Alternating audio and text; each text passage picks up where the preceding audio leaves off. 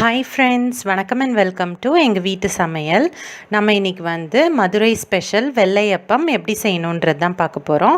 வாங்க வீடியோக்குள்ளே போகலாம். இந்த வீடியோவில் ஒரு டீ டைம் ஸ்நாக்காக மதுரை ஸ்பெஷல் வெள்ளையப்பம் தான் செஞ்சு காட்ட போகிறோம். இந்த வெள்ளையப்பத்துக்கு கூட ஒரு காரசாரமான பச்சை மிளகாய் சட்னியும் எப்படி செய்யலான்னு செஞ்சு காட்ட போகிறோம். வாங்க எப்படி செய்வோன்னு பார்ப்போம். இதுக்கு வந்து பச்சரிசி 100 கிராம், அதுக்கப்புறம் புழுங்கல் அரிசி 100 கிராம், நல்ல உருண்டை உளுந்து வந்து 50 கிராம். இது மூணுத்தையும் நம்ம வந்து 3 மணி நேரம் போல் நம்ம ஊற வைக்க போகிறோம். ஃபஸ்ட்டு இது வந்து கழுவிக்கோங்க. பச்சரிசியையும் புழுங்கல் அரிசியையும் ஒன்றா சேர்த்துக்கோங்க, உளுந்தை தனியாக வச்சுக்கோங்க. இப்போ இது எல்லாத்தையும் நல்லா கழுவிட்டு ஒரு 3 மணி நேரம் போல் நல்லா ஊற வச்சுடுங்க. ஊற வச்ச பிறகு இதை வந்து நம்ம கிரைண்டரில் தான் நம்ம வந்து அரைச்சோம். இதை அரைக்கும்போது வந்து கட்டியாக அரைக்கணும், லூஸாக அரைச்சிடக்கூடாது. தண்ணி கம்மியாக தான் நீங்கள் போட்டு அரைக்கணும். அது மாதிரி பச்சரிசியையும் புழுங்கல் அரிசியும் ஃபஸ்ட்டு அரைச்சிட்டு அதுக்கப்புறமா உளுந்து வந்து தனியாக அரைச்சிக்கோங்க. அதுக்கப்புறம் ரெண்டுத்தையும் உப்பு போட்டு இந்த மாதிரி பெசரி வச்சுக்கோங்க. இந்த மாவு அரைக்கிற பக்குவத்தில் தான் இந்த வெள்ளையப்பமோட டேஸ்ட்டே இருக்கும். மிக்சியில் அரைச்சா இது அவ்வளோவா சரியாக வராது, அதனால் கிரைண்டரில் அரைச்சா தான் கரெக்டாக இருக்கும். இப்போது இதை மிக்ஸ் பண்ணிவிட்டு இதை ஒரு 3 மணி நேரம் போல் புளிக்க வைங்க.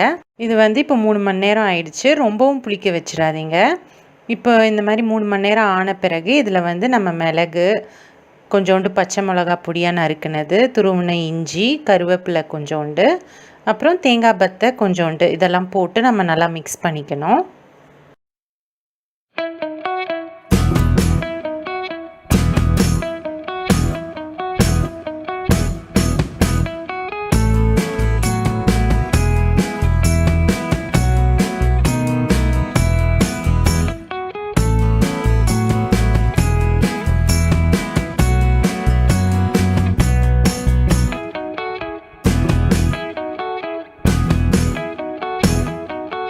இப்போது கடாயில் எண்ணெய் வச்சுட்டு சூடான பிறகு நீங்கள் வந்து இது ஸ்பூன்லேயோ இல்லை கரண்டிலேயோ இந்த மாதிரி போட்டுடலாம் உருண்டையாக.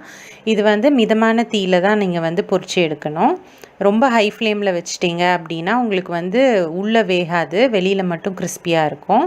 அதனால் மிதமான தீயில் நல்லா பொறுமையாக நீங்கள் பொரிச்சு எடுங்க.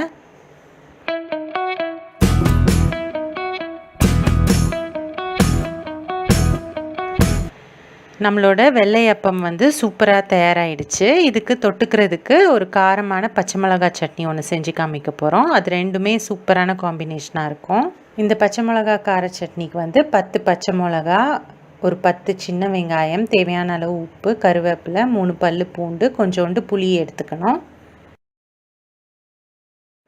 மிக்சியில் பச்சை மிளகா, பூண்டு, கருவேப்பிலை, உப்பு, புளி, வெங்காயம் எல்லாத்தையும் ஒன்றா சேர்த்து நம்ம அரைக்க போகிறோம்.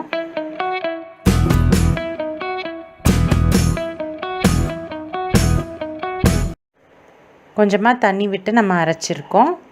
இது வந்து நல்ல காரசாரமாக இருக்கும். இந்த வெள்ளையப்பத்துக்கு இதை வந்து நம்ம தொட்டு சாப்பிட்டோம் அப்படின்னா இது வந்து ரொம்ப சூப்பரான காம்பினேஷனாக இருக்கும். ஸோ வந்து நீங்களும் டெஃபினட்டாக ட்ரை பண்ணி பாருங்கள். ட்ரை பண்ணிவிட்டு உங்களோட ஃபீட்பேக்கை எங்களுக்கு கமெண்ட்ஸில் சொல்லுங்கள். இந்த வீடியோ உங்களுக்கு பிடிச்சிருந்தது அப்படின்னா லைக் பண்ணுங்கள், ஷேர் பண்ணுங்கள், சப்ஸ்கிரைப் பண்ணுங்கள். மறக்காமல் பெல் பட்டனையும் டேப் பண்ணுங்கள். அப்போ தான் எங்களோட ரெகுலர் அப்டேட்ஸ் உங்களுக்கு வந்து சேரும். தேங்க்யூ.